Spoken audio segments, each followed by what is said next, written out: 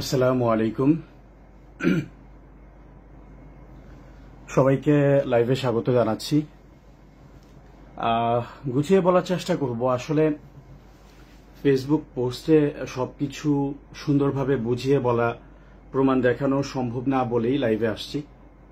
একটু just comment করে জানাবেন যে আমাকে শোনা যাচ্ছে কিনা, সবকিছু ঠিকঠাক আছে কিনা, এতটুকু জানালেই হবে। তাহলে আমি শুরু করব।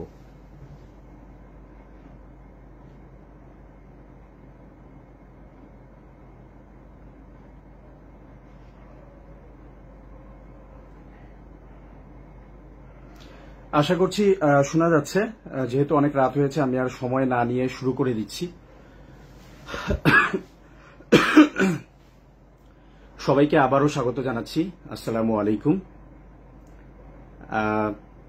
আসলে এটা খুবই দুঃখজনক বিষয়, খুবই কষ্টের বিষয় আমার জন্য যে জুলাই গণঅভ্যুত্থানের পরে যারা জুলাই গণঅভ্যুত্থানে বিভিন্নভাবে অবদান রেখেছে তারা এভাবে দুর্নীতিতে জড়িয়ে যাবে। তাদের এসব অন্যায়ের বিরুদ্ধে আমাকে কথা বলতে হবে, প্রমাণ ফাঁস করতে হবে, তারা এরকম অধপতিত হয়ে যাবে। এই বিষয়টা আমার জন্য ভীষণ কষ্টের। শুধু আমার জন্য না, আমরা যারা জুলাই গণঅভ্যুত্থানে ছিলাম, যাদের ফ্যাসিবাদের বিরুদ্ধে দীর্ঘ সংগ্রাম ছিল, তাদের সবার জন্যই এই বিষয়টা আসলে খুবই কষ্টের। আমি অনেক চেষ্টা করেছি। আমি মনে হয় সবচেয়ে বেশি পোস্ট দিয়েছিলাম যে যারা জুলাইয়ের শক্তি আছে, সেটা বিএনপি, জামাত, শিবির, এনসিপি, পরিষদ, এবি পার্টি, ডান বাম, সবাই মিলে আমাদেরকে জুলাইকে টিকিয়ে রাখা দরকার ছিল। এটা খুবই দুঃখজনক বিষয়। আক্তার ভাই আমার অনেক জুনিয়র হওয়ার পরেও আমি সব সময় তাকে ভাই বলে সম্মান করতাম, ভাই ছাড়া তাকে ডাকতাম না। কিন্তু তারা যেভাবে দুর্নীতিতে জড়িয়ে গেল, এটা খুবই দুঃখজনক বিষয়। আর আমি যদি আজকে এনসিপির দুর্নীতিগুলা নিয়ে বলতে যাই, তাহলে আমার মনে হয় না ভিডিও আজকে ৩-৪ ঘন্টা লাইভ করে আসলে শেষ হবে। সো যেহেতু শুধু আক্তারের বিষয়টাই আমি স্পেসিফিকলি আজকে আপনাদের সামনে পরিষ্কার করতে চাই। একটা প্রশ্ন অনেকেই করেন যে কেন আমি এতদিন পরে অথবা এই সময়ে কেন এনসিপির বিরুদ্ধে বলেছি অথবা বলছি। আপনারা যারা জানেন না তাদেরকে অনুরোধ করব, আপনারা কষ্ট করে আমার গত 1 মাসের ফেসবুক পোস্টগুলো দেখবেন, তাহলেই বুঝতে পারবেন যে কত অন্যায় আমার সাথে হয়েছে। আমি জানি যে একটা দল গঠন করার অথবা একটা সংগঠন তৈরি করার, একটা রাজনৈতিক দল তৈরি করার যে সংগ্রাম, এটা অনেক কষ্টকর। একটা দল ধ্বংস হয়ে যাক, একটা দলের কোনো ক্ষতি হোক, একটা জিনিস গড়া অনেক কঠিন, কিন্তু ধ্বংস করা সহজ। আমি এটা খুব ভালোভাবে বুঝি। আমি সবভাবে নিয়মতান্ত্রিকভাবে দলীয় শৃঙ্খলা কমিটির কাছে অনেক অভিযোগ দিয়েছি, তারা কোনো কিছুই শুনে নাই।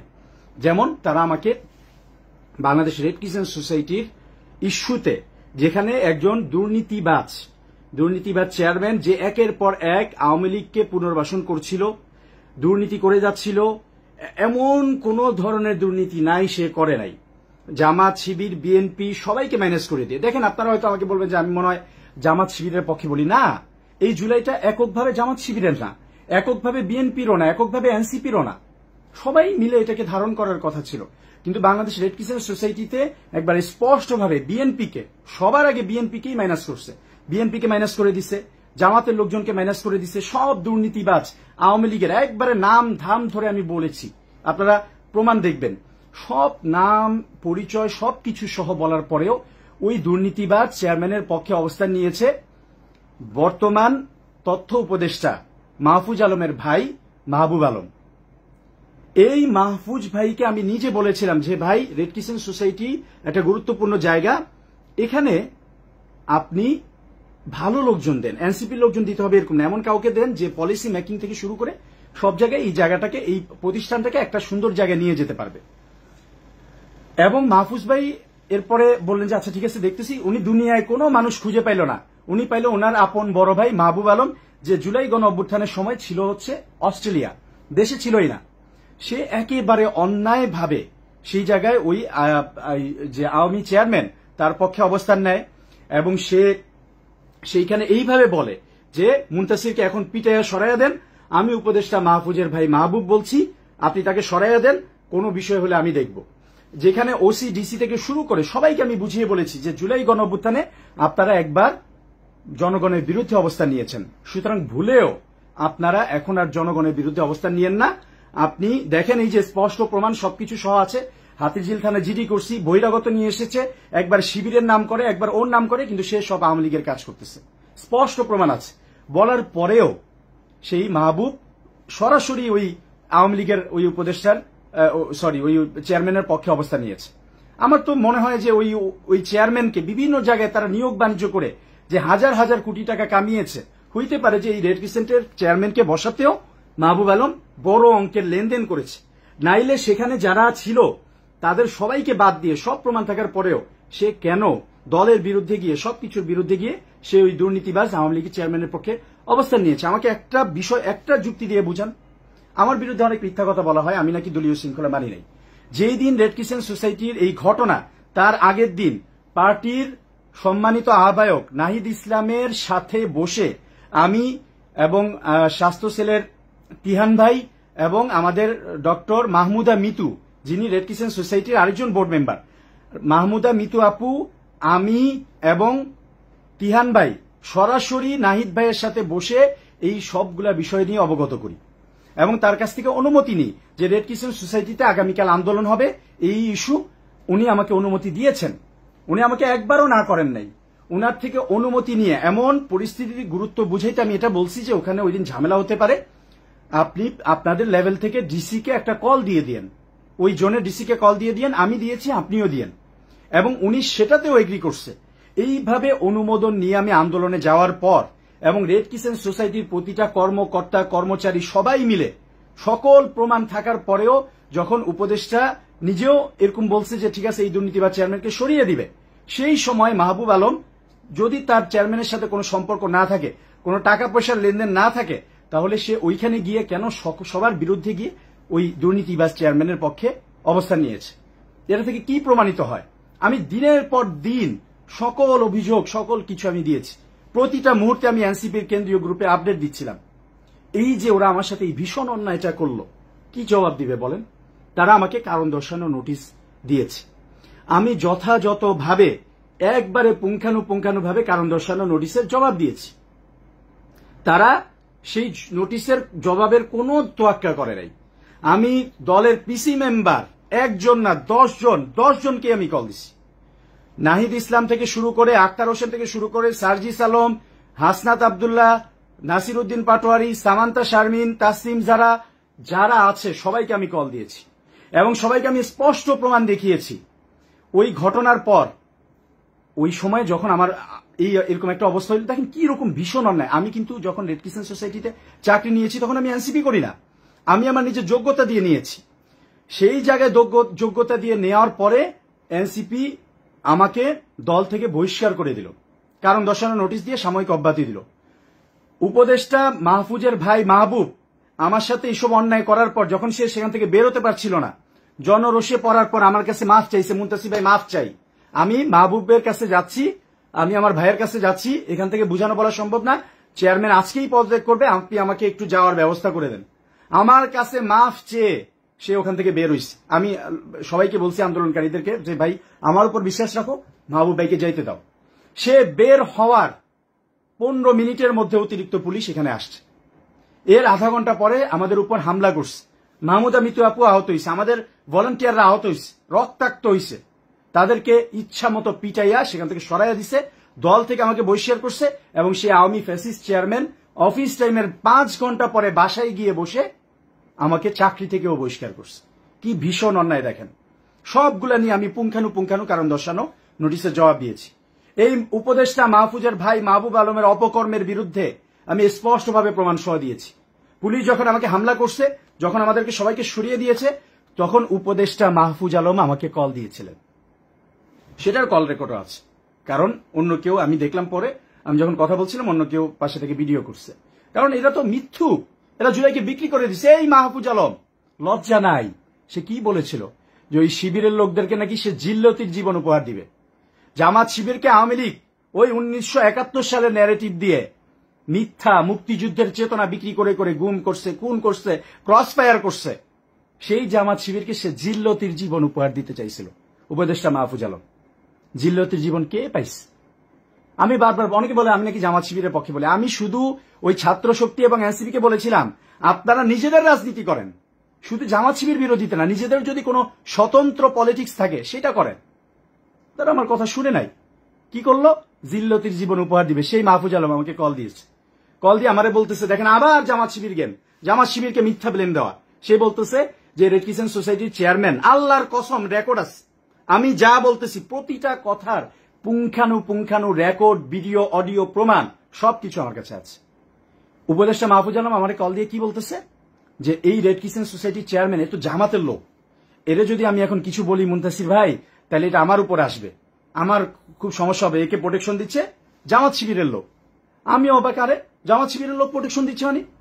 আমি স্পষ্ট দেখাইলাম যে এই চেয়ারম্যান আওয়ামী লীগের লোকদেরকে পুনর্বাসন করতেছে, আপনি দেখতেছেন প্রমাণ, সে দুর্নীতি করতেছে, সে বহিরাগত নিয়ে এসে এখানে হাতে নাতে ধরা খাইছে, সকল অপকর্ম প্রমাণিত। তাহলে আপনি তো জামাত শিবিরের জিল্লতি জীবন উপহার দিতে চান, তাহলে তো জামাত শিবির যদি তার পক্ষে, আওয়ামী লীগের পক্ষে অবস্থান নিয়ে থাকে, তাহলে আপনি তার বিরুদ্ধে অবস্থান নিলে, আপনি সঠিক অবস্থান নিলেই তো এটা প্রমাণ হয়। সে বলে না না না ভাই ভাই ভাই, এখানে ভাই চেয়ারম্যান তো জামাত শিবিরের লোক, বারবার একই কথা, জামাত শিবিরের লোক, এই চেয়ারম্যানদের জামাত শিবির বসাইছে, প্রোটেকশন দিতেছে, আমি এখানে কিছু করতে পারবো না। কি ধরনের অথর্ব! জামাত শিবির কি উপদেষ্টা? উপদেষ্টা হয়েছেন আপনি মাহফুজ আলম। হঠাৎ কোথা থেকে মাস্টার মাইন্ড হয়ে গেছেন। আমি ডক্টর ইউনূস স্যারকেও বলবো, এই উপদেষ্টারা, সকল উপদেষ্টা কাজ করছে, কম বেশি করছে। বাংলাদেশে এই জুলাইকে বিক্রি করে দিছে ছাত্র উপদেষ্টারা। সকল উপদেষ্টাদের মধ্যে এই ছাত্র উপদেষ্টারা সবচেয়ে বেশি দুর্নীতি করছে। ছাত্র উপদেষ্টারা দুর্নীতির চ্যাম্পিয়ন, অ্যাবসোলুট পাওয়ার ছিল তাদের। যখন 5ই আগস্টের পরে কোনো সমন্বয়ক অথবা কেউ যখন যাইতো যে কোনো উপদেষ্টার সাথে কোনো অভিযোগ নিয়ে, কোনো সমস্যা নিয়ে, তাদেরকে বলা হইতো ওই যে ছাত্র উপদেষ্টা আছে, তাদেরকে গিয়ে বলো, ছাত্র উপদেষ্টারা যদি অনুমতি দেয় তাহলে আমরা তাহলে দেখা করতে দিব। এরকম অ্যাবসোলুট দেশটা তাদের হাতে ছিল।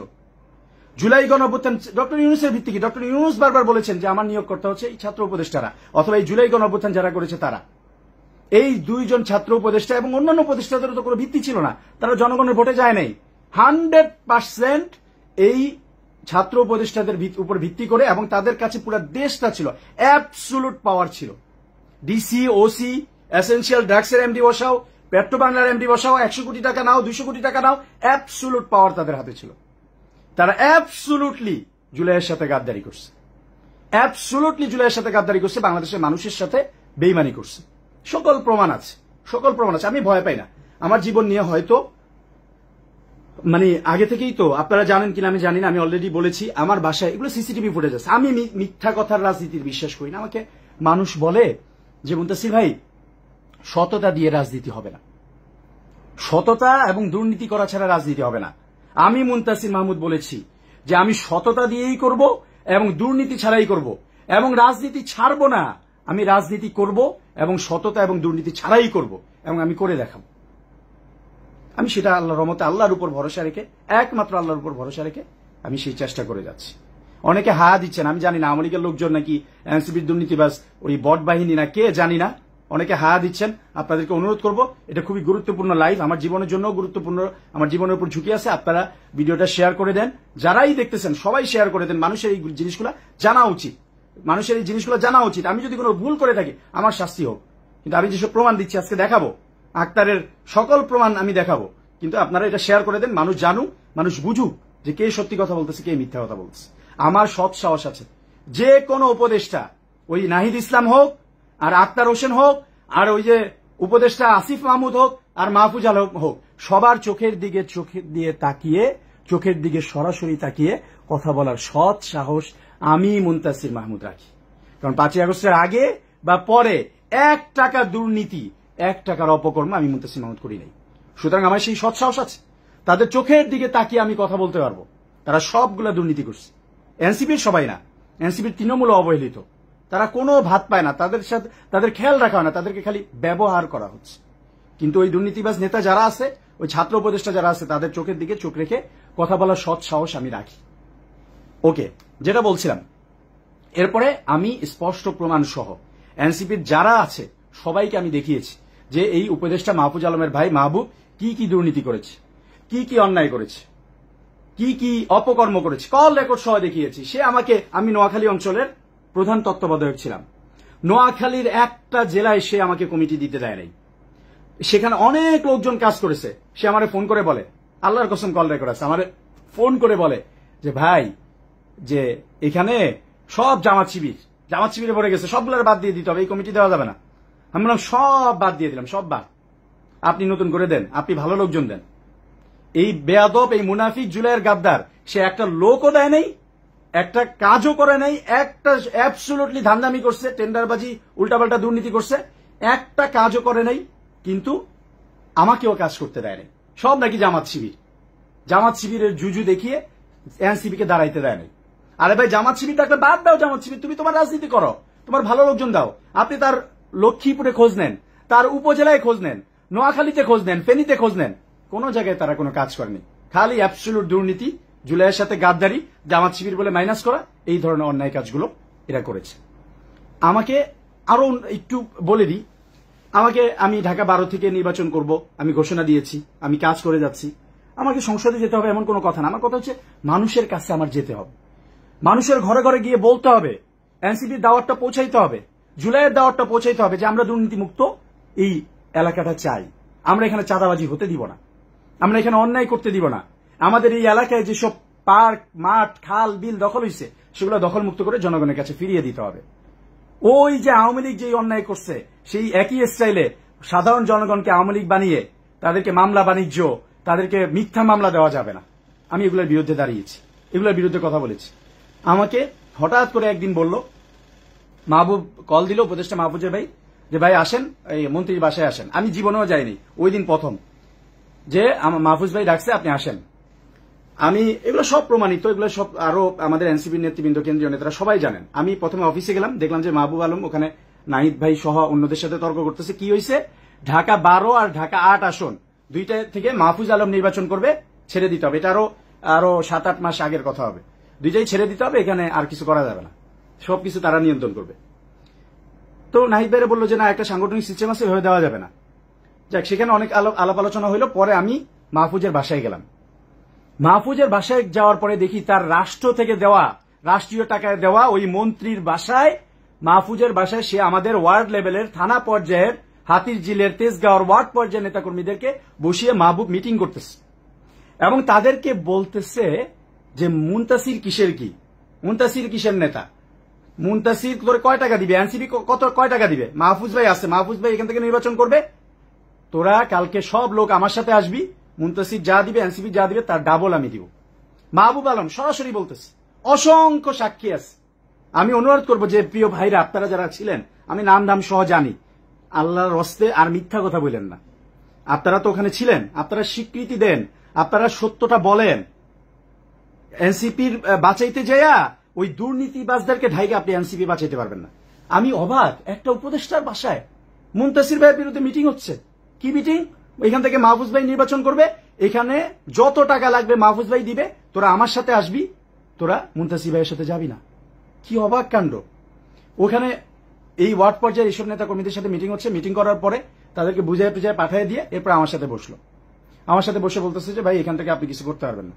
আমি বললাম যে আমার এলাকায় জন্ম, আমি এখান থেকে নির্বাচন তো পরে বসে, আমি এলাকার মানুষের জন্য কাজ করি, নির্বাচন এত সহজ, আমি এমপি হয়ে যাব? আমি মানুষকে ভালোবাসা দিই, তাদের বিপদে আপদে পাশে থাকি, চেষ্টা করি।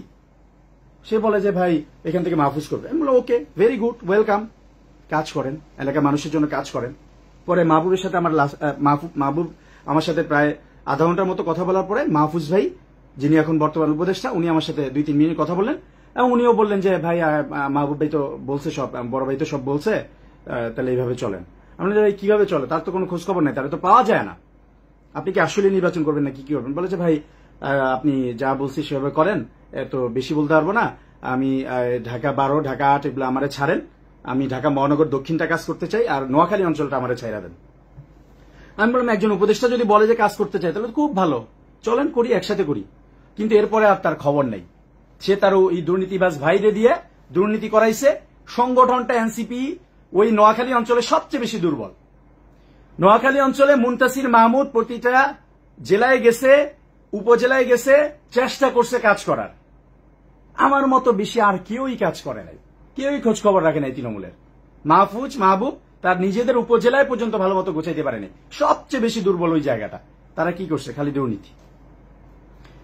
ওকে, দেখেন আমি পরে এনসিপির যারা পিসি মেম্বার থেকে শুরু করে টপ নেতাদেরকে সবাইকে রেকর্ড সহ দেখাইছে, একবারে মাহবুবের রেকর্ড। ওকে, ভালো কথা মনে হয়েছে, মাহবুবের রেকর্ডটা একটু শুনাইয়া দিই, যেহেতু আপনারা আছেন, আপনার একটু শুনাইয়া দেওয়া দরকার আছে। আপনারা কষ্ট করে দেখতেছেন, আপনাদেরকে একটু শুনাইয়া দেওয়া অবশ্যই দরকার আছে। এবং আমি যেটা এখন শোনাচ্ছি, আমি একবার নাহিদ ভাইয়ের মেসেজ থেকে, ব্যক্তিগত মেসেজ দেখাবো না, নাহিদ ভাইয়ের হোয়াটসঅ্যাপের ওখান থেকে আমি দেখাচ্ছি যে আমি সবাইকে প্রমাণ সহ দিচ্ছি, কোনো ব্যবস্থা নেই, কোনো মেসেজের রিপ্লাই নেই। ঠিক আছে, মানে ওরা আমাদেরকে দাস মনে করে। দাস হয়ে তো আমি থাকবো না, দাস হয়ে তো আমি থাকবো না।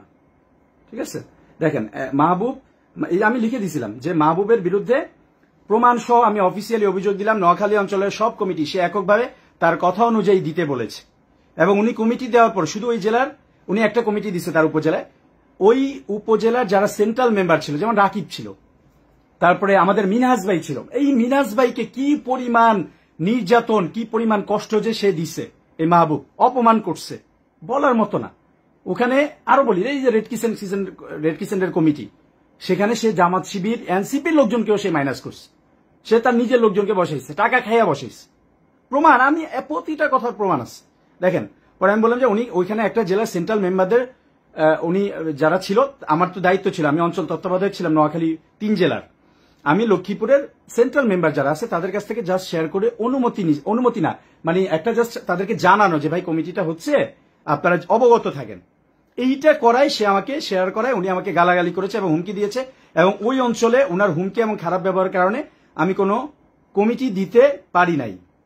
দেখেন, আমি রেকর্ডটা এবার শুনে আদি, দেখেন আপনারা শুনেন, প্রমাণ সহ শুনেন, যারা দেখতেছেন একটু শেয়ার করে দেন, মানুষের এগুলো জানার দরকার আছে, কিভাবে এই জুলাইকে বিক্রি করে দিয়ে গাদ্দারি করে তারা ধ্বংস করেছে। দেখেন, শুনেন।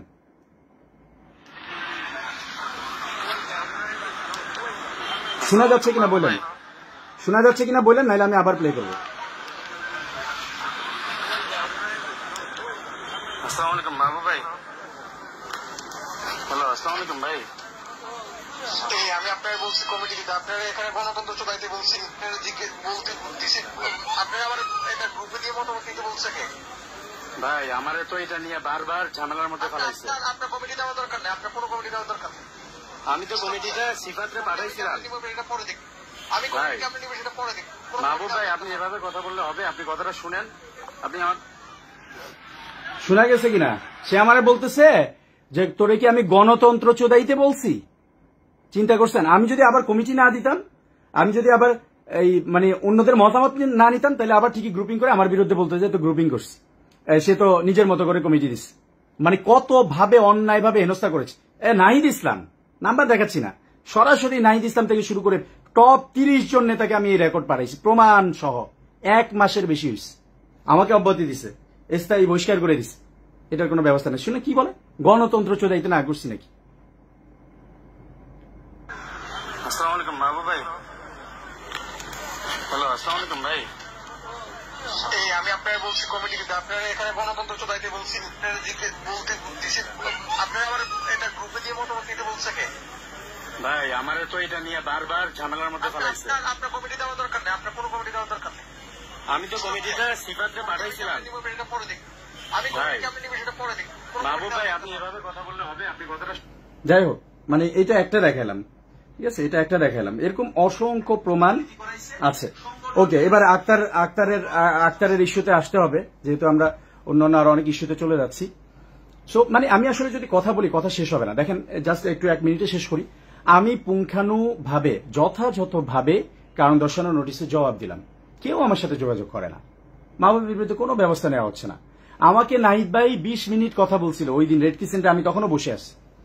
পরের দিনও আমার 2 গেইটে আমার নিজস্ব ক্যাপাসিটিতে, আমি যেহেতু সততার পক্ষে অবস্থান নিয়েছিলাম রেড কিচেন সোসাইটিতে, 2 গেটে 200, 200, 400 লোক ছিল। আমি চাইলে ওই দিনও আন্দোলন করতে পারি। নাহিদ ভাই আমাকে বললেন, মুন্তাসির ভাই আমি বলতেছি আহ্বায়ক, আপনি আন্দোলন করেন না, আমি বিষয়টা দেখব, অব্যাহতি উঠানো হবে, সবকিছু আমি ন্যায়ের পক্ষে অবস্থান নিব। আমি নাহিদ ভাইয়ের কথার প্রতি সম্মান রেখে আমি ওখান থেকে চলে আসছি, সব লোকজনকে নিয়ে চলে আসছি। এরপরে উনি আর কল ধরে না, 1 মাস হয়ে গেছে উনি আর কল ধরে নাই। পিসি মেম্বারদের একজন কল ধরে নাই। সামান্তাপু একবার কল ধরেছিলেন, সামান্তাপুর সাথে আমার 2-1বার কথা হয়েছে, এছাড়া কেউ কল ধরে নাই। এবং কল না ধরে এরপরে আমাকে আমাদের শৃঙ্খলা কমিটির যে মূল আব্দুল্লাহ আল আমিন কি করলেন, উনি জানাইলেন যে একটা কমিটি করছি, তারা আপনার সাথে যোগাযোগ করবে। এর 3 দিন পরে কোনো যোগাযোগ কোনো কিছু ছাড়া আমাকে স্থায়ী বহিষ্কার করে দিল। এই হচ্ছে আপনাদের এনসিপি। আচ্ছা, আক্তার হোসেনের কাহিনীতে আসি। প্রথম হচ্ছে আক্তার হোসেন, এই যে আমার এখানে জামাত শিবিরের অনেক ভাইও কমেন্ট করছেন। আক্তার হোসেন সাহসী ছেলে, জুলাই গণঅভ্যুত্থানে তার অনেক অবদান আছে। শুধু জুলাই গণঅভ্যুত্থান না, ফ্যাসিবাদের সময় ফ্যাসিবাদের বিরুদ্ধে সংগ্রামে উনি অনেক অবদান রেখেছেন, অনেক সাহসী ভূমিকা রেখেছেন। তার ডাকে আমি অনেকবার নেমেছি, মার খেয়েছি, তাকে বাঁচাতে গিয়ে মার খেয়েছি, অনেক কিছু হয়েছে, এবং বিভিন্ন সময়ে তাকে আমি সৎ মানুষ হিসাবে জেনে সাপোর্ট করে এসেছি। এই লোকটা জামাত শিবিরের বিভিন্ন জায়গা থেকে সাপোর্ট নিয়েছে, জামাত শিবিরের থেকে ফুল সাপোর্ট নিয়ে, সকল সুবিধা নিয়ে, মজা নিয়ে জামাত শিবিরকে ইউজ করে তারপরে আবার তোমরা জামাত শিবির বলে অন্য লোকজনকে মাইনাস করবা, নোংরামি করবা। এই ধরনের রাজনীতি থেকে তো বেরোয় আসতে হবে। এই ধরনের মুনাফিকি তো এটা তো আওয়ামী লীগের যুগ না, খুনি হাসিনা পালায় গেছে, এই ধরনের মুনাফিকি আর চলবে না। কিন্তু এই আক্তাররা এরা এই ধরনের মুনাফিকিটাই করেছে। কি জামাত শিবির থেকে ফুল সাপোর্ট নিচ্ছে, ইসলামী লেবাস পইরা সরাসরি এলজিবিকিউ ওই সমকামীদের পক্ষে অবস্থান নিচ্ছে। দেখেন, আপনাদেরকে বলি, কতবার বলছি আমি, সে কি করছে, নিজে আক্তার হোসেন স্টেজে দাঁড়ায়া ওই সমকামী এলজিবিকিউ অ্যাক্টিভিস্ট মোহাম্মদ মুনতাসির রহমান তার নাম ঘোষণা করতেছে। দেখেন, শুনেন, আমি শুনেছি, আপনারা তো এমনি শুনতে চান, আপনারা আবার শুনাই। জয়নাল আবেদিন শিশির, মোহাম্মদ মুনতাসির রহমান, গাজী সালাউদ্দিন তানভীর, ৭১-এর মুক্তিযুদ্ধে যে স্বপ্ন আমরা দেখেছিলাম, সিনিয়র যুগ্ম সদস্য সচিব হিসেবে দায়িত্ব পালন করছেন ডাক্তার তাসনিম জারা, যুগ্ম সদস্য সচিব হিসেবে দায়িত্ব পালন করছেন আব্দুল্লাহ আল আমিন, আরিফ সোহেল, মোহাম্মদ মুনতাসির রহমান, জয়নাল আবেদিন শিশির। এই মুনতাসির রহমান, আমি মুনতাসির মাহমুদ না। এই যে দেখলেন আক্তার হোসেন নিজে ঘোষণা করলো মোহাম্মদ মুনতাসির রহমান নামে একজনের, তাকেও কিন্তু, এটা কিন্তু দুষ্টামির বিষয় না, তাকেও কিন্তু অপমানিত করলো, এবং যখন সমালোচনা হইল তখন তাকে কোনো কিছু ছাড়া তাকে বাদ দিয়ে দিল। আর এদিকে আমার নাম মুনতাসির মাহমুদ, জুলাই গণঅভ্যুত্থানের নেতা মুনতাসির মাহমুদ কি করল,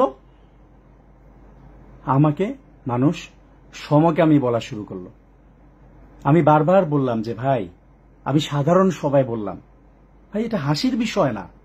আমাকে যখন এই যে বহিষ্কার করলো, লোকজন নিউজ করতেছে যে সমকামিতার অভিযোগে মুনতাসির মাহমুদকে অব্যাহতি দেওয়া হয়েছে। আমার পরিবার নাই, আমার বন্ধু বান্ধব নাই, মানুষ কি মনে করে, কি রকম আপনি চিন্তা করেন। এইরকম পরিস্থিতি, এরকম মানে ভীষণ কষ্টের মধ্যে দিয়ে আমি যাচ্ছিলাম। আমি সাধারণ সবাই বলছি, সবার সামনে বলছি, হাসে, এটা হাসার বিষয় না। কেন একবার ক্লিয়ার করা যেত না? এদের কতটুকু মানে আন্তরিকতা তো দূরে থাকে, এটা কতটুকু ছোট মন মানসিকতা। তেজগাঁও কলেজে আমাদের উপর ছাত্র দলের লোকজন হামলা করছিল, কিছু 2-1 লোক। আমি সরাসরি ফোন দিলাম, কারণ আমরা তো ফ্যাসিবাদী আমলে, আমরা তো ভাইসে আসি নাই, ওই 24-এর 1 মাসের নেতা না তো। আমরা ফ্যাসিবাদী আমলে 8 বছর টানা সংগ্রাম করছি, খুনি হাসিনাকে খুনি হাসিনা বলছি, ভোট ডাকাতকে সরাসরি ভোট ডাকাত বলছি। কি হয়েছে, ওই আমি রাকিব ভাই, নাসির ভাই, তাদের সাথে আন্দোলন করছি, সরাসরি ফোন দিচ্ছি যে ভাই ছাত্র দলের এই ছেলে এইভাবে হামলা করছে, তারা বহিষ্কার করে দিচ্ছে।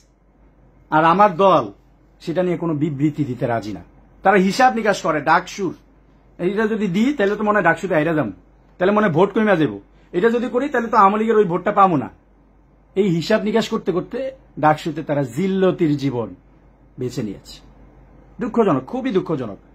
আমার এইভাবে হামলা হয়েছে, কিন্তু না, ওখানে মিডিয়াকে বলা যাবে না, ওইখানে বিবৃতি দেওয়া যাবে না, তাহলে মুনতাসির ভাই আরেকটু উঠে যাবে।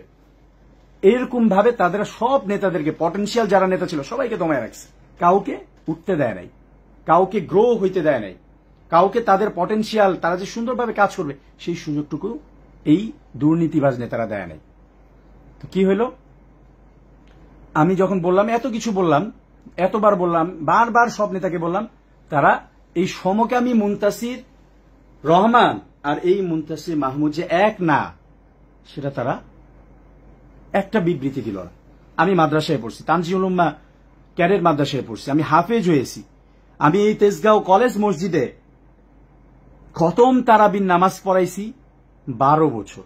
আমার পিছনে মানুষ পুরা কোরআন নামাজ পড়ছে, আমাকে বলে সমগামী, এবং সেটার কোনো এক্সপ্লেনেশন, কোনো ব্যাখ্যা এনসিপিকে বারবার বলার পরে দেয় না। কেন, কি এই কাজ কি তারা করতে পারে? এবার বলি আক্তার হোসেনের দুর্নীতি নিয়ে আরো কিছু জিনিস একবারে প্রমাণ সহ বলি। তখন আমি ছাত্র অধিকার পরিষদের কেন্দ্রীয় সেক্রেটারি। এই সময়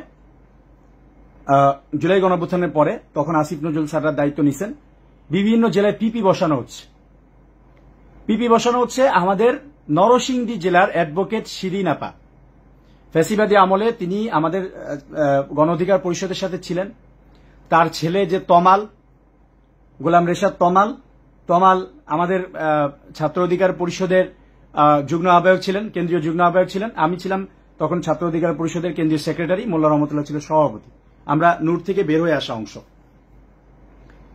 তো পিপি বসাবে, আমরা ডক্টর আসিফ নজরুল স্যারকে আমরা শিরিন আপার নাম রিকমেন্ড করলাম। আক্তারের লোকজন কি করলো, তার একটা পিএস ছিল তখন ঢাকা ইউনিভার্সিটির আরেকটা ছেলে আতিক মুন্সি, সে আক্তাররা শিরিন আপার নাম কেটে দিয়ে সেখানে আরেক মহিলা থেকে টাকা খেয়ে তার নাম দিয়ে দিল। অথচ এই শিরিন আপা ফ্যাসিবাদী আমলে কি পরিমাণ আন্দোলন করছে, কি পরিমাণ সমর্থন দিছে, এই আক্তারকেও দিছে বলার মতো না, তাকে বাদ দিয়ে দিল। তার ছেলে শিরিন আপার ছেলের তমাল ওই নরসিংদীতে ছাত্রলীগকে মোকাবেলা করতে গিয়ে যুবলীগের হামলায় তার মাথা ফেটে গিয়ে তার মাথার মানে একবারে ছিদ্র হয়ে গেছে। তাকে সে বাঁচবে কি বাঁচবে না, লাইফ সাপোর্টে ছিল, এরকম অবস্থা, বাঁচবে কি বাঁচবে না আমরা এরকম সন্দিহান ছিলাম। তাকে চায়না, থাইল্যান্ড সহ বিভিন্ন জায়গায় চিকিৎসা করাতে হয়েছে। এরকম একটা নির্যাতিত ফ্যামিলি ভালো করে আক্তার চিনে, আক্তার নরসিংদীতে গিয়ে তার বাসায় উঠছে, সে তার নাম কেটে দিচ্ছে। কারণ ওই যে 50 লাখ টাকা পাবে আরেকজন থেকে, টাকা খেয়ে আরেকজনের নাম দিচ্ছে।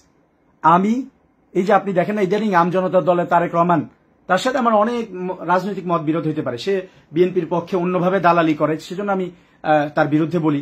এবং সে বলে যে আওয়ামী লীগ নাকি জামাত শিবিরের চেয়ে 1000 গুণ ভালো, এই ধরনের অন্যায় কথা বলে দেখি, আমি তার বিরোধিতা করি। কিন্তু এই তারেক রহমান জুলাই গণ অভ্যুত্থানের নেতা, জুলাই গণ অভ্যুত্থানের মূল নেতাদের মধ্যে এই আমজনতা দলের তারেক রহমান একজন, যে ভয় পায় নাই, রাজপথে দাঁড়িয়ে যুদ্ধ করেছে, সাহসের সাথে যুদ্ধ করেছে। আপনারা দেখেছেন সবাই। তার সাথে আমার যত মত বিরোধ থাকুক, তার যে স্বীকৃতি, তার যে অবদান, সেটাকে অবশ্যই আমি সম্মান করি। এই তারেক রহমান এই আমজনতা দলের এখন যতই পচে যাক, অনেকে হায়া দিচ্ছেন হয়তো, কিন্তু জুলাই গণ অভ্যুত্থানে তার অসামান্য অবদান আছে। এই তারেক রহমান শুধু জুলাই গণ অভ্যুত্থান না, পুরো ফ্যাসিবাদী আমলে এই যে তরুণদের রাজনীতি, তার পিছনে তার অনেক অবদান আছে। অনেক ভালো সংগঠক ছিলেন, ভারতের বিরুদ্ধে, ভারতের আধিপত্যবাদের বিরুদ্ধে একাই সংগ্রাম করেছেন, অনেক সংগ্রাম করেছেন। এই তারেক রহমান ভাই সাক্ষী। তিনিও বলেছিলেন, আমরা তখন প্রেস ক্লাবে একটা প্রোগ্রামে, আমি নিজে চাক্ষুষ সাক্ষী, আরো কমপক্ষে 10 জন সাক্ষী আছে, এটা কত টাকা আক্তার নিচে, কিভাবে 50 লাখ টাকা চাইছে। সে বলে যে পিপি বানাইতে হলে 50 লাখ টাকা লাগবে। এরপরে সে পাঠাইছে তার ওই পিএস আতিক মুন্সিকে, সে শিরিন আপাকে, ও আচ্ছা যেটা বলি, আক্তার তো আরেকজনের থেকে টাকা খেয়ে অলরেডি শিরিন আপার নাম কাইটা দিস। শিরিন আপার নাম কেটে দেওয়ার পরে আমরা তারেক ভাই, আতা ভাই সহ আমরা আসিফ নজরুলের কাছে গিয়ে বলছি যে এটা একটা, উনি একজন নির্যাতিত মানুষ, ভিকটিম, এবং এই যে প্রমাণ আপনিও তারে চিনেন, তার ছেলে এভাবে ভিকটিম, সরকারি কোনো টাকা পয়সা নেয় নাই, এই মানুষটা আইনজীবী এবং তার সেই যোগ্যতা আছে, তাকে জাস্ট একটু সম্মানিত করেন। আসিফ নজরুলকে এভাবে বলানোর পরে একদিন না, এটার জন্য সচিবালয়ে আমাদের 3 দিন যেতে হয়েছে।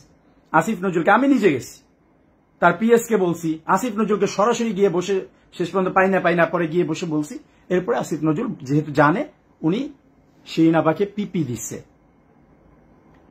এই দেখেন কত রকম বাটপারেরা, আক্তার নিজে তার নাম কেটে দিছে, যেই আসিফ নজরুল তাকে পিপি বানায় দিল, সেই সাথে সাথে ফোন, ভাই আপা 50 লাখ টাকা লাগবে, আপনারা পিপি বানায় দিছি, হয়ে গেছে, কাজ হয়ে গেছে, 50 লাখ টাকা দেন। কি রকম মুনাফিক। শিরিন আপা খুশি হয়ে, ওই তার পিএস আতিক মুন্সি আসছে টাকা নিতে, খুশি হয়ে শিরিন আপার গাড়িতে বসে 1 লাখ টাকা দিয়ে দিস, খুশি হয়ে 1 লাখ টাকা দিয়ে দিস। এটা সাক্ষী আছে, এনসিপি নেতারা সাক্ষী আছে, আতাউল্লাহ ভাই সাক্ষী আছে, সাইফুল্লাহ হায়দার ভাই সাক্ষী আছে, তারা এটা চাক্ষুষ সাক্ষী। 1 লাখ টাকা শিরিন আপা খুশি হয়ে ওই আক্তারের পিএস আতিক মুন্সিকে দিয়ে দিচ্ছে। সে রাগে ফেটে পড়ছে, আরে পিপি আমরা বানাই, পিপি আরো নামও কেটে দিতে পারবো, আরো পিপি বসে দেবেন, 1 লাখ টাকা দেন, 50 লাখ টাকা দিতে হবে। পিপি হতে হলে 50 লাখ টাকার কমে হবে না। আমরা যেমন নাম দিতে পারি, নাম কাইটা দিতে পারি। এই ধরনের অন্যায় কথা বলছে আমার সামনে, আমি নিজের কানে শুনছি। আমি এই জন্য এই বাটপারদের কল রেকর্ডের জন্য আমি করি। আমি বলছিলাম যে তমালকে বলছিলাম সিনাপার ছেড়ে যে রেকর্ড করো, প্রমাণ রাখো, কিন্তু ওই সময় কোনো কারণে হয়নি। আমরা একটা প্রেস ক্লাবে একটা প্রোগ্রামের মধ্যে ছিলাম, এর মধ্যে এই ঘটনা, প্রমাণ রাখেনি। এই জন্য এর বাটপারদের প্রমাণ রাখতে হয়। তারপরেও প্রমাণ আসছে, যথেষ্ট প্রমাণ আসছে। সে পরে কি করলো, যখন মানে 1 লাখ টাকা নিল, 1 লাখ টাকা ঘুষ নিয়ে এবার সে বলতেছে আতিক মুন্সি কি দৌর্দণ্ড প্রতাপ, 50 লাখ টাকা লাগবে। শিরিন আপা আক্তারকে কল দিল, আক্তার ভাইকে কল দিয়ে বললো যে কি ব্যাপার, আমার কাছ থেকে এরকম টাকা চাচ্ছে, কি বিষয় কি? আক্তার কি বলছে জানেন, আতিক মুন্সির কথাই আমার কথা, সে যেটা বলতেছে যেভাবে বলতেছে সেভাবে করেন। এগুলো মিথ্যা বানানো কথা না, আরো প্রমাণ দিচ্ছি, পাবেন আপনারা। সে বানানো কথা না, বলে যে আতিক মুন্সির কথাই আমার কথা, আপনি সে যেটা বলতেছে সেভাবে করেন। এরপরে সে বলতেছে আতিক মুন্সি যে 50 লাখ টাকা না দিলে পিপি নাম যেভাবে ঢুকছে নাম আমরা কাটাই দিতে পারি, আপনি পিপি থাকতে পারবেন না। এই ধরনের অন্যায় কাজ সে করেছে। এরপরে যখন আমজনতা দলের তারেক রহমান ভাই এটা কিছুদিন আগে ফাঁস করছে, আক্তার যখন নিউ ইয়র্কে গেল তখন ফাঁস করছে, তখন এই আক্তার স্বীকার তো করে না, এই আক্তার আবার কল দিস শিরিন আপারে, তখন কল দিস, কল দিয়ে তাকে ফোর্স করছে, বাধ্য করছে। শিরিন আপারে কিন্তু আবার অব্যাহতি দিস, অন্য কারণে অব্যাহতি দিস, অব্যাহতি দিয়ে ফোর্স করছে, ভাই আপনাকে তো আপনার দলে নিব, কিন্তু আপনি এখন একটা লাইভ করে বলেন যে না না এরকম কোনো কিছু হয় নাই, আপনার কাছে কোনো টাকা পয়সা আক্তার চায় নাই। শিরিন আপা বলছে কেন, আমি মিথ্যা কথা কেন বলবো? তারেক ভাই আবার তারেক ভাইকে কত ছোট করে কথা বলছে, কিরকম ছোট লোক। তারেক ভাইয়ের সাথে আমার কত বিরোধ হয়েছে, আমি কখনো তাকে অসম্মান করে কথা বলছি? আমি তার আম তারেক বলছি, দই তারেক বলছি?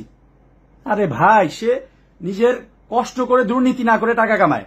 এই শালা আক্তার ফোন দিয়ে কি কয়, শিরিন আপারে বলতেছে ওই দই তারেকের লগে আপনি কি করতেছেন, দই তারিখ মিলে আমার বিরুদ্ধে কেন লিখতেছেন? শিরিন আপা কি দই তারেক কি কই, যে দই তারেক আম তারেক। চিন্তা করেন কিরকম ছোট লোক। এই তারেকের টাকায় চলতো এই আক্তাররা, এই আক্তার আসিফরা তারেকের টাকায়ও চলছে, অস্বীকার করতে পারবে না। এই অকৃতজ্ঞ, এই অকৃতজ্ঞতার জন্যই আল্লাহ তাদেরকে ধ্বংস করবে। আক্তার বলতেছে দই তারেক আম তারেক। তারেক ভাই দই বিক্রি করতো ওই সেই 2018 সালে কোটা সংস্কার আন্দোলনের সময় পলাশির মোড়ে। এই মানুষটার সাথে আমার যত বিরোধ থাকুক, সে সব সময় সৎভাবে চেষ্টা করছে। তো দই তারেক আম তারেক তার সাথে মিলেমিশে কেন করতেছেন?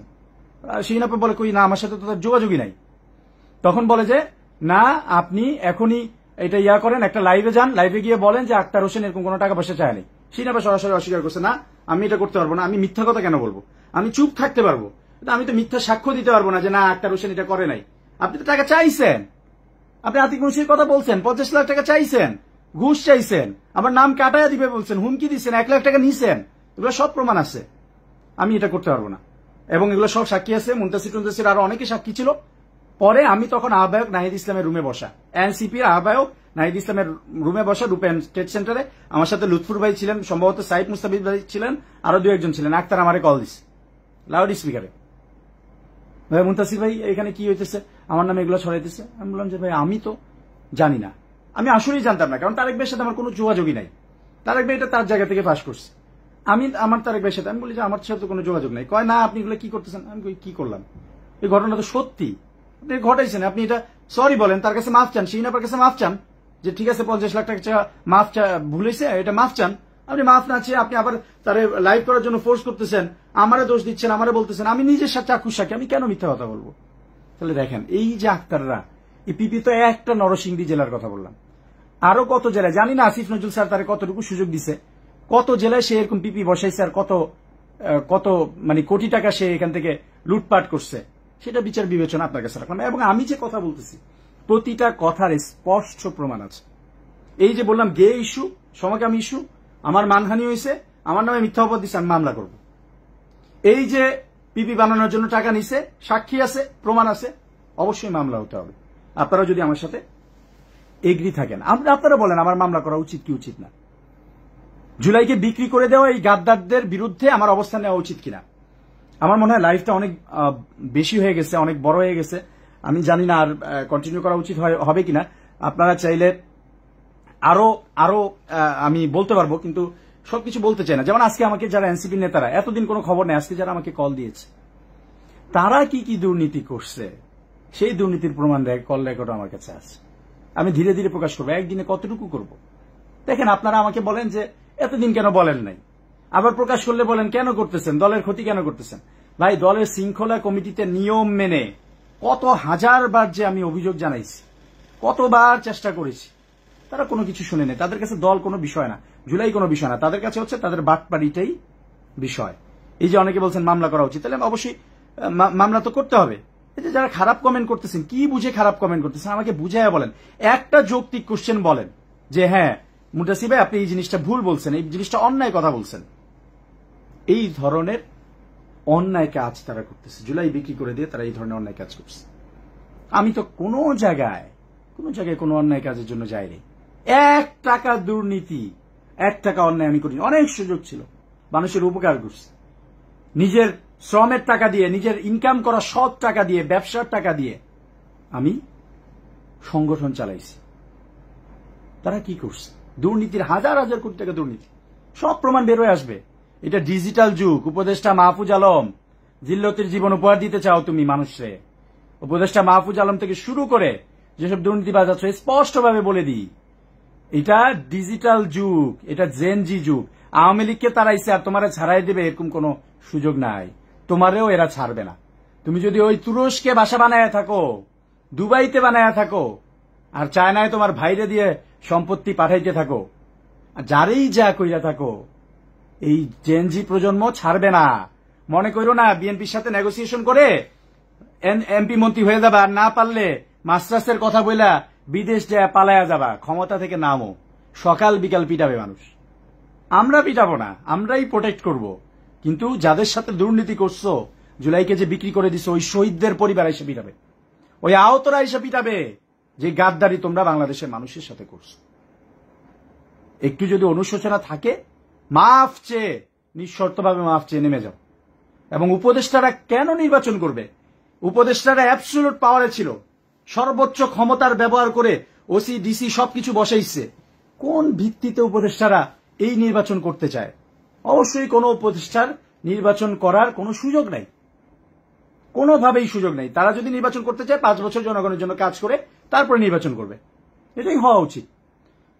যাই হোক, লাইফটা অনেক বড় হয়েছে, এখনো অনেক মানুষ দেখছেন। তারপরে আমি বিদায় নিতে চাই। আপনাদের কোনো প্রশ্ন থাকলে বলতে পারেন, আমি যদি সম্ভব হয় কিছু প্রশ্ন নিব, নাহলে আপাতত আমি আজকে শেষ করব। কিন্তু এই যে একজন লিখছেন, আপনি মনে হয় ধোয়া তুলসী পাতা হুজুর। হ্যাঁ ভাই, আমি আমার সততার উপর 100% দৃঢ়তা দিয়ে আমি বলতে পারি, আমি আল্লাহর উপর সেই ভরসা করে বলতে পারি যে আমি মুনতাসির দুর্নীতি করি নাই। যদি দুর্নীতি করতাম, ডিজিটাল যুগ, তারা উপদেষ্টা, তাদের কাছে ডিজিএফআই, গোয়েন্দা সংস্থা, তাদের প্রতিটা কল রেকর্ড করতে পারে, তাদের কাছে সব কিছু আছে। আমি যদি দুর্নীতি বিন্দু মাত্র করতাম, এই সৎ সাহস দিয়ে দাঁড়াতে পারতাম না। দুর্নীতি করার দরকার নেই তো। আওয়ামী লীগ আমরা বৈধভাবে অনেক বঞ্চিত হয়েছি। আমার জন্ম ঢাকা শহরে, আমরা ফ্যামিলি পারিবারিক ভাবে, আমার ফ্যামিলি, এগুলো বলতে চাই না, এগুলো লিখছি, আমি অনেক কিছু লিখছি। আমার আব্বু আম্মু দুজন ঢাকা ইউনিভার্সিটির স্টুডেন্ট ছিলেন। আমার আব্বু এই এলাকায় রাজনীতি করে নির্যাতিত হয়ে অনেক বেশি সাফার করেছেন, অনেক বেশি। এখন আব্বু অসুস্থ, জেলে গিয়েছেন। এই আন্দোলনের সময় লাইফ সাপোর্টে ছিলেন। আমার ফ্যামিলির অনেক ত্যাগ আছে। আমার বোনটাও লজ্জা পায় এই রাজনীতি করে, দেশের মানুষের জন্য কথা বলে, এই একবার আমার সমকামী বানায়, একবার বহিষ্কার করে। এই ধরনের অন্যায়গুলো সহ্য করেও টিকে আছি, কারণ আমরা বাংলাদেশকে ভালোবাসি। এই জুলাই গণঅভ্যুত্থান আমরা করেছি,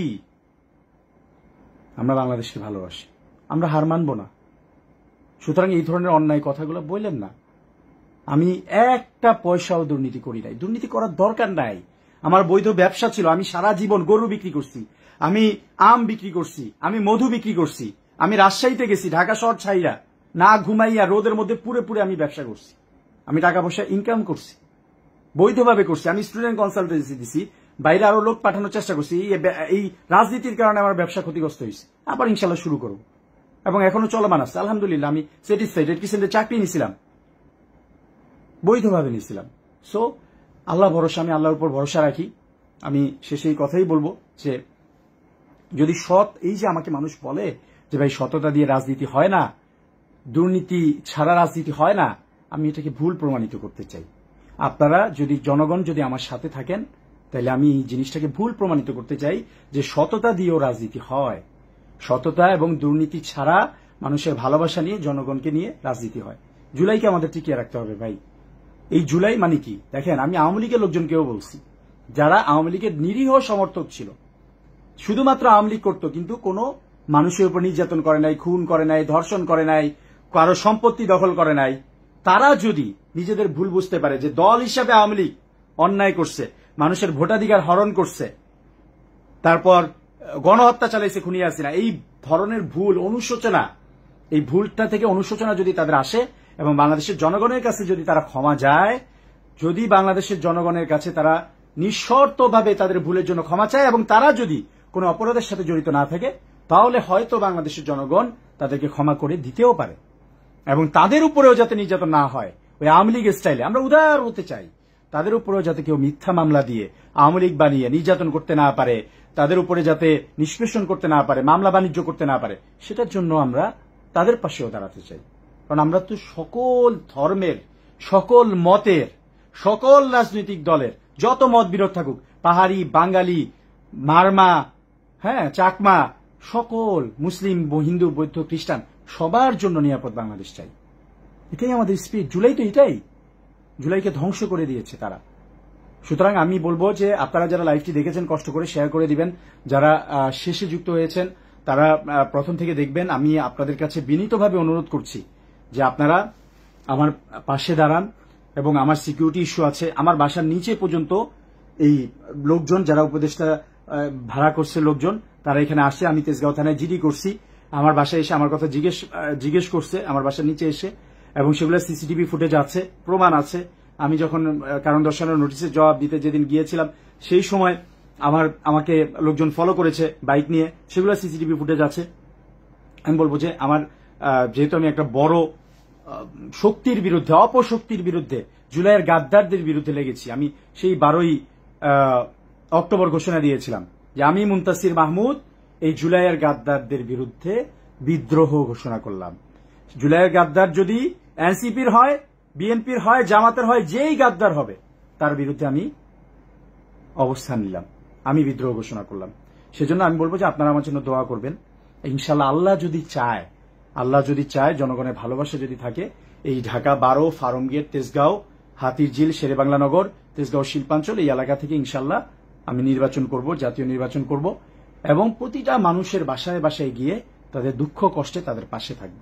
যদি মানুষ আমাকে সমর্থন করে, আমাকে ভালোবাসা দেয়, ইনশাল্লাহ আমি আপনাদের সমর্থন নিয়ে আল্লাহর উপর ভরসা করে নির্বাচন করব, এবং ইনশাল্লাহ আমি সংসদে যাব এবং আপনাদের কথাই বলবো। সত্য কথা বলার জন্য যে কোনো দল থাকতে হবে এমন কোনো কথা নাই। আমি ইনশাল্লাহ জুলাইকে টিকিয়ে রাখার জন্য যা যা করা লাগে করব। শহীদদের পরিবার, আরো অনেক কষ্টের কথা আছে, এগুলো আমি আসলে বলে শেষ করতে পারবো না। আমার জায়গা থেকে আমি সর্বোচ্চ চেষ্টা করেছি। এই ঢাকা 12, ফার্মগেট, তেজগাঁও এলাকায় ইনশাল্লাহ আমি আগেই ঘোষণা দিয়েছি, এখানে যদি আসিফ মাহমুদ নির্বাচন করে, যেই নির্বাচন করুক, আমি এই আসন থেকে জনগণের প্রতিনিধি হিসাবে ইনশাল্লাহ নির্বাচন করব। আপনাদের সহযোগিতা চাই। আমার যদি কোনো ভুল থাকে আমাকে বিনীতভাবে জানাবেন, আমাকে সংশোধন করে দিবেন। আমি আমার ভুল বুঝে নিতে রাজি আছি, আমি সংশোধন করতে রাজি আছি, আমি নিজের ভুল শুধরাতে রাজি আছি। মানুষ মাত্রই ভুল, আমি ভুল শুধরে নিয়ে, আপনাদের ভালোবাসা নিয়ে, পরামর্শ নিয়ে, আল্লাহর উপর ভরসা করে এগিয়ে যেতে চাই, এবং এই দেশের মানুষের জন্য, এই দেশের স্বাধীনতা, সার্বভৌমত্ব টিকিয়ে রাখার জন্য আমি জুলাইয়ের যে চেতনা, জুলাইয়ের যে স্পিরিট, সত্যিকার অর্থে একটি নতুন বাংলাদেশ, ন্যায় বিচারের বাংলাদেশ, সকল ধর্মের যে আমার বিরোধী মত, যে আমার সাথে দ্বিমত করবে, তার মতামতটা দেওয়ার অধিকার, তার ভোটাধিকার, তার নিরাপত্তার অধিকার, সে যাতে নিরাপদে মুনতাসির ভাইকে গালি দিতে পারে। গালি বলতে গালি বুঝাচ্ছি না, গালি বলতে সে যাতে মুনতাসির ভাই অন্যায় করলে, ভুল করলে, যাতে নিরাপদে তার বাসায় বসে থেকে মুনতাসির ভাইয়ের বিরুদ্ধে বলতে পারে, মুনতাসির ভাইয়ের বিরুদ্ধে মত প্রকাশ করতে পারে, সেটার জন্য নিরাপদ যেই সুযোগ দরকার সেটা আমরা করে দিতে চাই। সেটাই হচ্ছে জুলাইয়ের স্পিড। সুতরাং আপনারা আমার জন্য দোয়া করবেন, আমার ভুল হলে আমাকে পরামর্শ দিবেন। এবং আমি আবারও ঘোষণা দিচ্ছি, এই জুলাইয়ের যে গাদ্দার যারা জুলাইয়ের সাথে বেইমানি করেছে, যারা বাংলাদেশের মানুষের সাথে বেইমানি করেছে, যারা শহীদদের রক্তের সাথে বেইমানি করেছে, তাদের বিরুদ্ধে আমি মুনতাসির মাহমুদ একা হলেও লড়াই করে যাব ইনশাআল্লাহ। সবাই আমার জন্য দোয়া করবেন। লাইভটা শেষ করছি, সবাই ভালো থাকবেন, আল্লাহ হাফেজ। আর যারা এখন যুক্ত হলেন তারা শুরু থেকে দেখে নেবেন। আমি সবাইকে আবারও অনুরোধ করছি, আমি এত কাহিনীর মধ্যে, যেহেতু উপদেষ্টা নিজেই তথ্য উপদেষ্টা, সে কিন্তু ওই সময় আমি যখন তার বিরুদ্ধে বলেছিলাম আমার ভিডিও নামিয়ে দিয়েছিল, আমার ফেসবুকে অনেক রিপোর্ট করেছে, আমার আইডিটা খেয়ে ফেলার অনেক চেষ্টা করেছে, আমার আইডি ভেরিফাইড দেখি খেতে পারে নাই, নষ্ট করতে পারে নাই। আপনারা দয়া করে আমার আইডিটা শেয়ার করবেন, এই লাইভটা শেয়ার করবেন, মানুষকে জানাবেন, আমার পক্ষে লিখবেন, আমার কোনো ভুল হলে আমাকে ধরিয়ে দিবেন।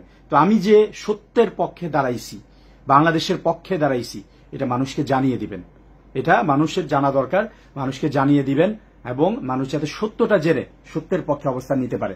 এনসিপি, তৃণমূল থেকে শুরু করে বহু মানুষ, অভিযোগ আর অভিযোগ, মামলা বাণিজ্য থেকে শুরু করে এমন কোন হীন অন্যায় নাই তারা বাংলাদেশের মানুষের সাথে করে নাই। কিন্তু এটা কি এনসিপি করেছে? এনসিপি দল হিসেবে করেছে না।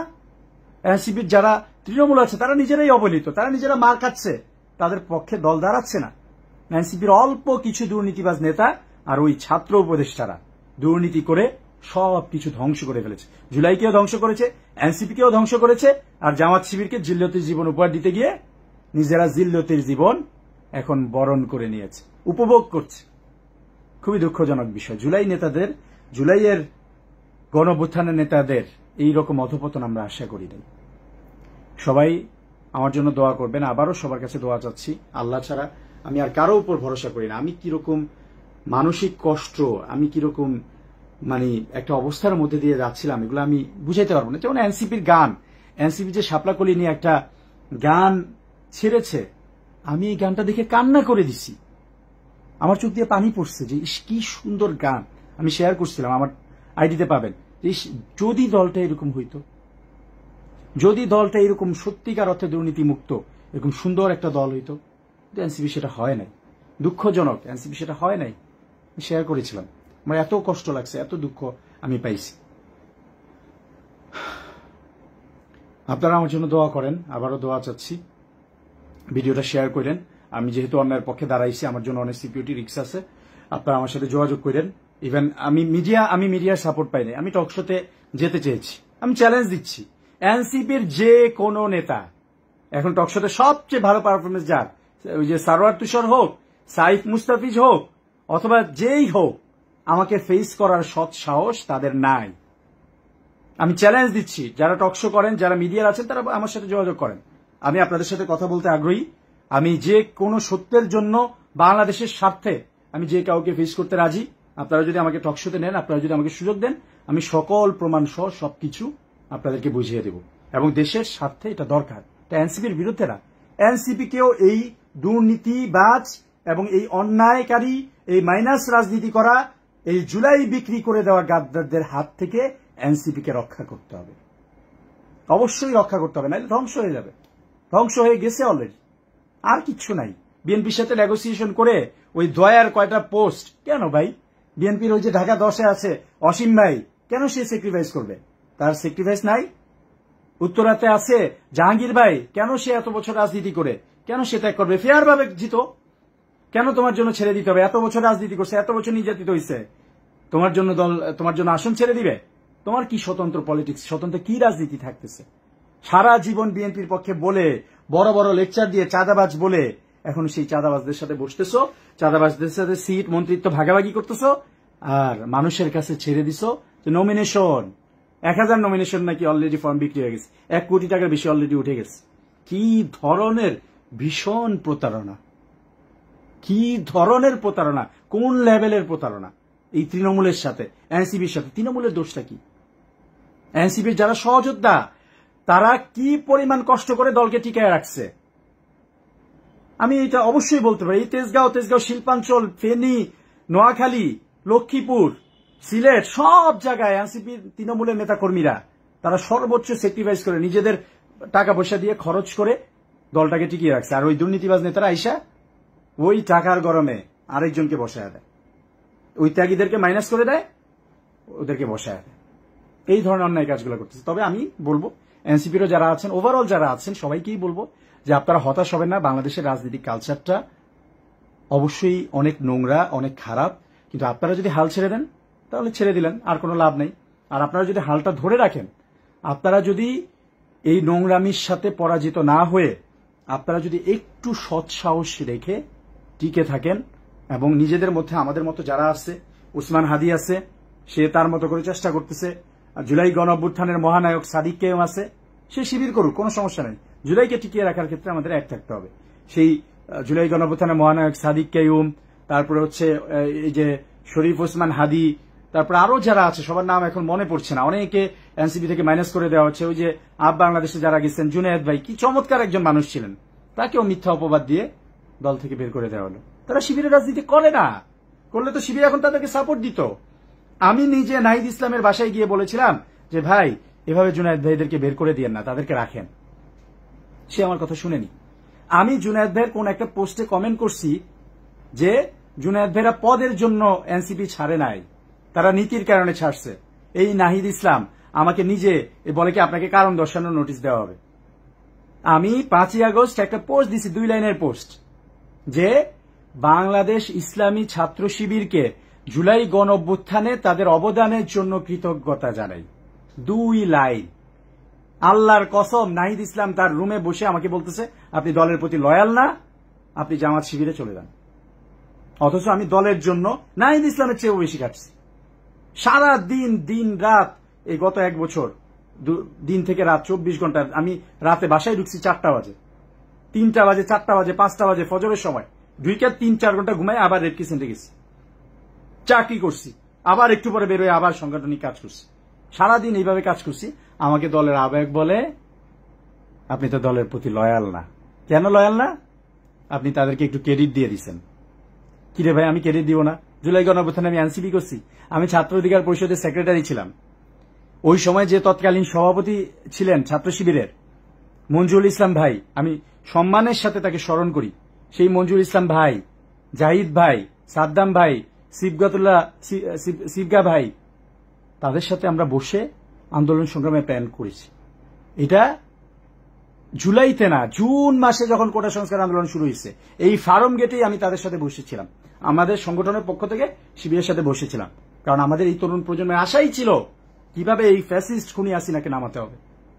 ছাত্র শিবির আমাদেরকে সহযোগিতা করেছে, বুদ্ধি পরামর্শ দিয়েছে। 1 টাকাও নিই নাই ছাত্র শিবির অথবা কারো থেকে 1 টাকাও নিই। টাকা নিছে কি কারা? ওই নাহিদ, আসিফ, মাহফুজরা নিয়ে আবার তারা তাদের বিরুদ্ধে লাগছে।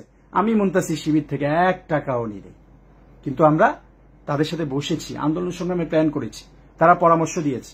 আমাদের সংগঠন থেকে, ছাত্র অধিকার পরিষদ থেকে আমরা চেষ্টা করেছি।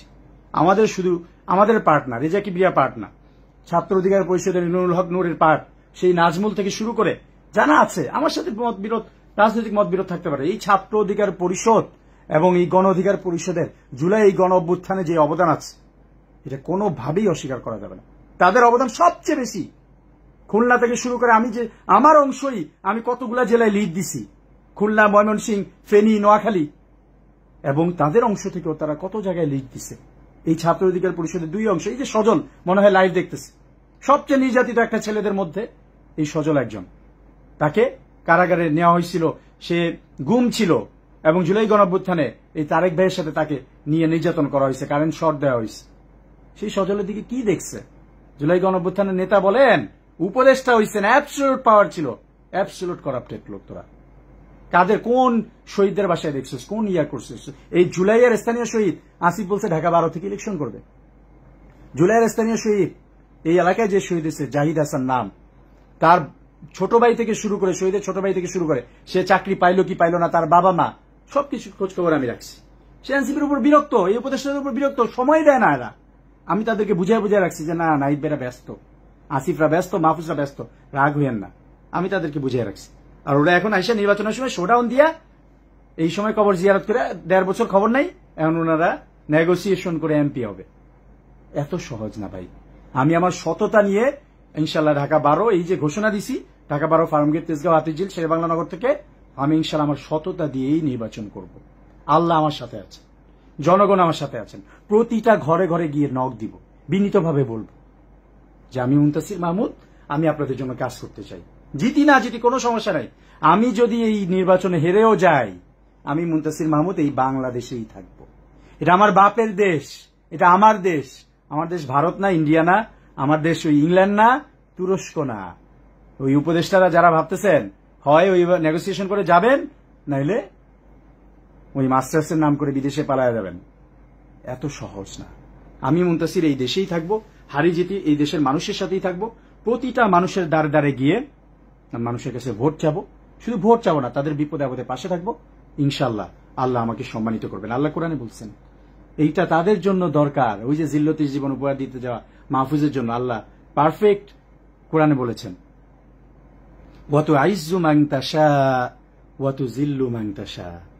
আল্লাহ যাকে ইচ্ছা সম্মানিত করেন, যাকে ইচ্ছা অপমানিত করেন।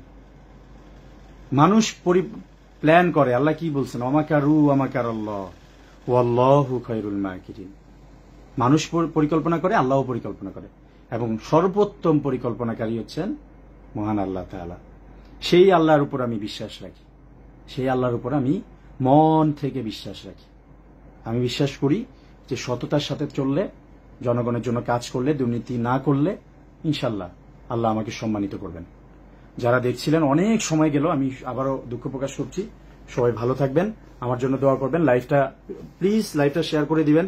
আমি সামনে হয়তো আর অনেক কিছু ফাঁস করবো। আমার নিরাপত্তার বিষয়টা আপনারা আমার জন্য দোয়া করবেন, খেয়াল রাখবেন। আমি সবার জন্য ওপেন, সবার সাথে আমি আলোচনায় আগ্রহী। ডান বাম কারোর সাথে, শিবির বিএনপি, কোনো সমস্যা নাই। আমরা সবাই মিলে একটা সবার জন্য নিরাপদ বাংলাদেশ গড়তে চাই। আমার সাথে যোগাযোগ করলে পাবেন। তবে আমার এখন একটু নিরাপত্তা ঝুঁকি আছে, সো আপনারা আমার সাথে থাকেন, আমার জন্য দোয়া করেন। এই ভিডিওটা শেয়ার দিয়েন আইডিতে, যাতে বেশি রিপোর্ট করতে না পারে। এই জন্য আপনারা আপনাদের জায়গা থেকে শেয়ার দিবেন, এটা আমি আশা করি। এবং সর্বোপরি আমার জন্য দোয়া করবেন, আমার জন্য দোয়া করবেন। ইনশাল্লাহ আমি আল্লাহর উপর ভরসা করে আমি ইনশাল্লাহ এগিয়ে যাব। আল্লাহ হাফেজ, আসসালামু আলাইকুম।